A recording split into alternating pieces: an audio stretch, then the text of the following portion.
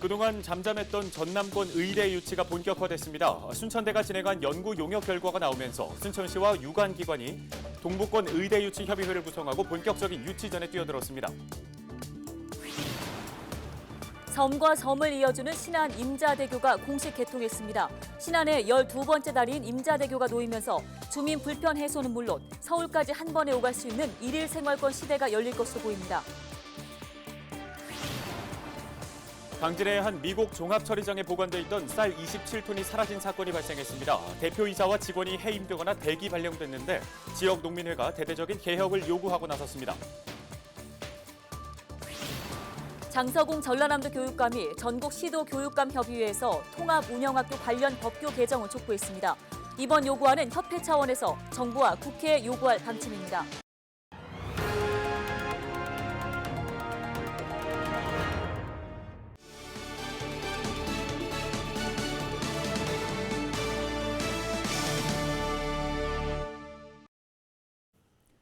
시청자 여러분 안녕하십니까? 헬로티비 뉴스입니다. 오늘의 첫 소식입니다.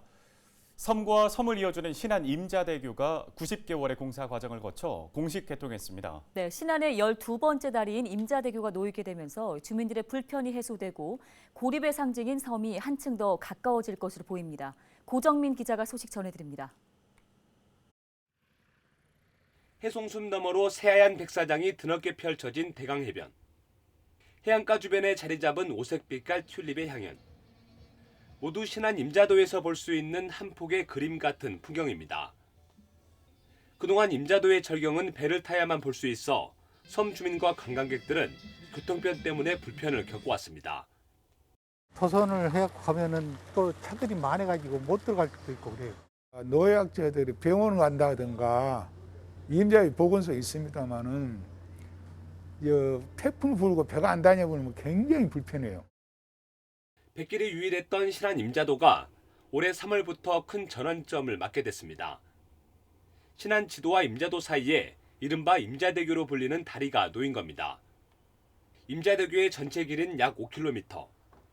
첫 삽을 뜬 지 7년 6개월 만에 공식 개통했습니다. 임자대교가 뚫리면서 백길로 30분 넘게 걸렸던 이동 시간은 단 3분으로 단축됐습니다. 주민들은 임자대교 개통을 계기로 삶의 질이 크게 개선될 것으로 내다봤습니다. 손쉽게 시간 맞춰서 모든 물동량을 움직일 수가 있고 배 타고 다닐 때는 상당히 힘들었지.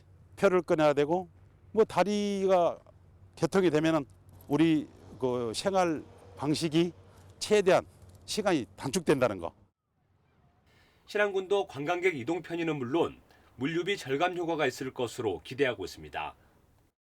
또 임자도 하면 우리나라 최고의 해변 그리고 또 튤립 축제를 10여 년 예산했기 때문에 관광객들에게 이제 접근성이 획기적으로 좋아져서 승마하신 분들이나 또 봄꽃을 좋아하는 분들에게 많은 그 힐링과 유안을 주는 그런 공간으로 재탄생할 것이다. 이렇게 저희들이 생각을 하고 있습니다. 대한민국에서 가장 큰 백사장과 대규모 튤립 공원이 마련돼 해마다 10만여 명이 찾고 있는 임자도. 공식 개통과 함께 시외버스도 운행을 시작하면서 국도 최서남단에서 서울까지 한 번에 오갈 수 있는 일일 생활권 시대가 열렸습니다. 헬로티비 뉴스 고정민입니다. 다음 소식입니다. 지난해 강진의 한 미국 종합처리장에 보관돼 있던 쌀 27톤이 없어지는 사건이 발생했습니다. 당시 대표이사와 담당자가 해임되거나 대기 발령됐는데 강진구 농민회는 대대적인 개혁이 필요하다고 강조했습니다. 박종호 기자입니다. 강진군 종합운동장입니다. 트랙터 30여 대가 모여 있습니다. 강진군 농민회가 농협 RPC에서 발생한 쌀 횡령 사건에 대한 대책 마련을 촉구하기 위해서입니다. 이들은 종합운동장에서 강진 도심으로 이동해 기자회견을 가졌습니다. 논밭에 있어야 할 트랙터가 왜 아스팔트에 있는지는 어느 누구보다도 우리가 더 잘 알고 있습니다.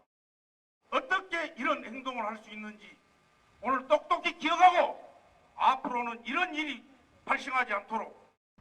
강진군 농민회는 농협중앙회의 감사 결과가 전형적인 제 식구 봐주기라고 주장했습니다. 또 농협 RPC 쌀 횡령 사건과 관련해 정기적인 외부 회계 감사와 농민조합원 사회이사 참여, 쌀값 조정위원회 구성 등 3가지를 요구했습니다. 이들은 농협법에 적힌 정당한 요구사항이라며 요구한 합의를 촉구했습니다. 농협은 농민들이 생산한 나락을 제값을 받고 팔아야 할 임무가 있는데 그런 일은 하지 않고 농협 직원이 쌀 27톤을 무단으로 반출해서 횡령한 사건이 발생했습니다. 우리 농민들은 과연 이 사건이 지금 한 번만 일어난 사건인지 그 전에도 있었는지 개인의 일탈 행위인지 아니면 그 윗선까지 개입된 사건인지 사건이 터지고 난 다음에 RPC 지도부는 제대로 대처를 했는지에 대한 의구심을 가지고 있는 것이고요. 강진군 농민회는 요구안이 수용될 때까지 지속적인 집회를 진행할 계획입니다. 농민들이 제시한 요구안을 통해 농협 RPC의 개혁이 시작될 수 있을지 관심이 모아지고 있습니다. 헬로티비 뉴스 박정호입니다.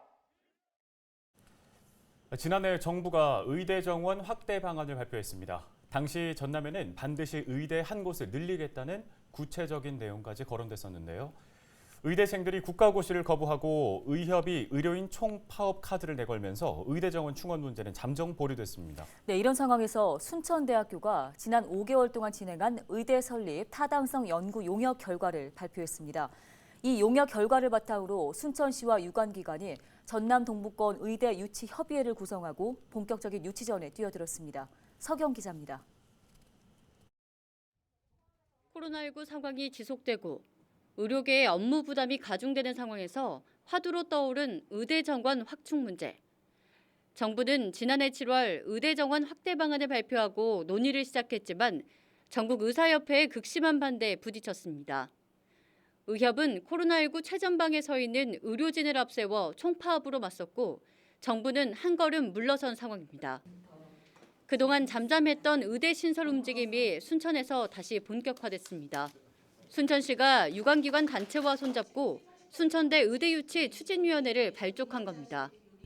의협 반대로 인해서 갈 길이 아주 멀고 그러나 저는 지금의 의과대 설립의 절실함을 다시 한번 느끼게 해주는 그런 계기가 될 거라고 생각하면서 오늘 리초식을 계기로 순천대 의과대 유치에 대한 시민 열기가 다시 조성되길 바라면서 정부는 지난해 이미 전남권 의대 설립 계획을 확정지은 상황. 문제는 신설되는 의대가 전남 동부권에 들어서느냐, 서부권에 들어서느냐입니다. 이런 상황에서 순천대학교는 지난 5개월 동안 진행한 의과대학 설립 연구 용역 결과를 발표했습니다. 기본 분석 결과 편익 대비 비용 비율은 1.86으로 경제성이 높은 것으로 조사됐습니다. 수요 조사 결과 응급의료와 중증질환 분야의 전문화, 특성화가 필요한 것으로 분석됐습니다. 순천시는 이 같은 결과를 바탕으로 순천뿐만 아니라 광양만권 유관기관의 협력을 강조했습니다. 사실 우리 순천뿐만 아니라 여수, 광양 함께 해야 한다고 봅니다. 우리 순천에서 먼저 나서기는 하지만 순천뿐만 아니라 전남 동부 지역의 삶의 질을 높이는 일이고 생명을 지키는 일이기도 합니다. 순천대학교를 중심으로 순천시와 의회 등 유관기관 20여 곳이 똘똘 뭉친 순천대학교 의과대학 유치 추진위원회. 한동안 잠잠했던 의대 유치 움직임이 다시 본격화될 전망입니다. 헬로티비 뉴스 서경입니다.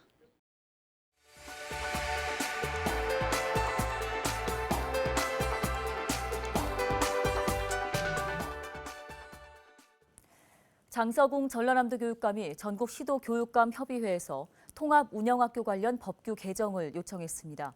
장 교육감은 현행 초중등 교육법에 통합 운영학교의 학교급 간 교차 지도에 대한 조항이 없어 통합 운영학교의 시설과 설비, 교원 통합 운영에 많은 어려움이 있다고 밝혔습니다. 또 지방 공무원 수당 등에 관한 규정을 개정해 특수 직무 수당 증액 지급을 요구했습니다. 전국 시도교육감협의회는 지방공무원 수당과 통합운영학교 관련 법규 개정을 정부와 국회에 요구하기로 했습니다. 전라남도가 여름철 인기 과일인 체리를 신소득 작목으로 육성합니다.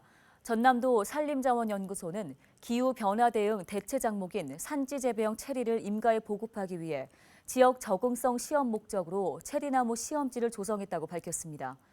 품종도 지랏과 블랙펄, 슈미트 등 15가지입니다.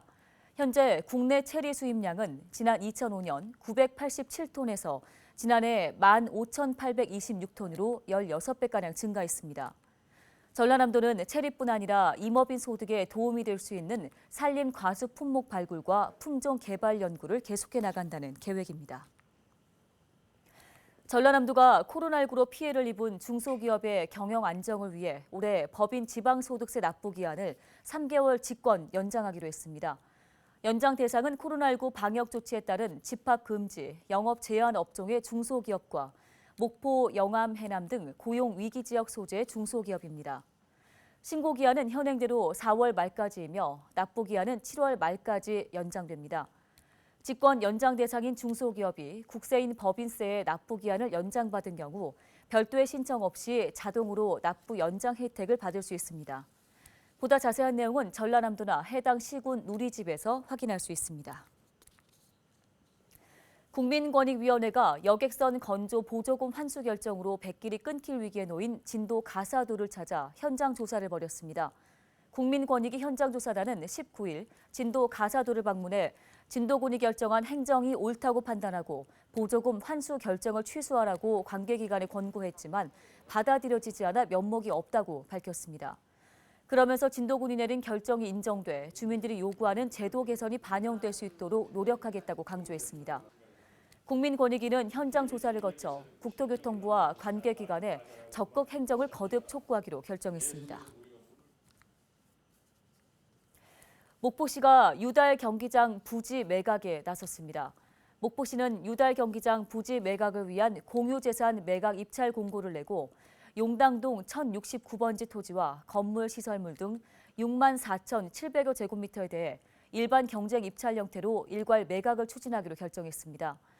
매각 예정가는 281억 3천만 원 규모로 최고 금액 제시한 곳이 낙찰자로 선정됩니다. 유달 경기장 부지는 일부 아파트 건설사에서 매입을 추진하고 있는 것으로 알려졌습니다. 완도군이 해조류 활성 소재 인증과 생선시설 구축을 위한 보고회를 가졌습니다. 해조류 활성 소재 인증 생산시설 구축 사업은 3년 동안 모두 250억 원을 투입해 완도에서 생산된 해조류에서 기능성 물질을 추출해 건강기능식품과 기능성 화장품 생산 등을 위한 원료 소재 공급 체계 구축 사업입니다. 완도군은 10억 원의 사업비를 들여 개념과 실시 설계를 완료하고 오는 2022년 공사 착공, 2023년 준공을 목표로 사업을 추진한다는 계획입니다.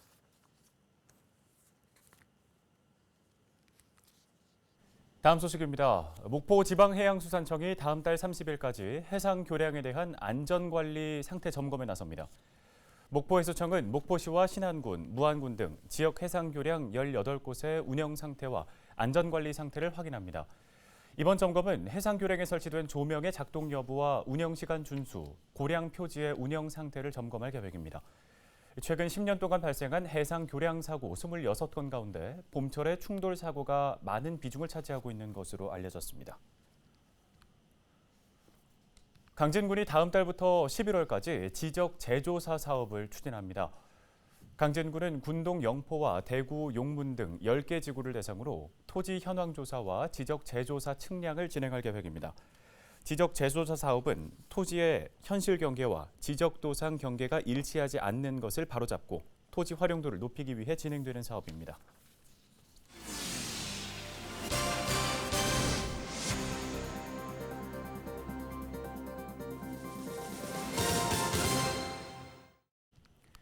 영암군이 권역사업 시설물의 일제 점검에 나섭니다.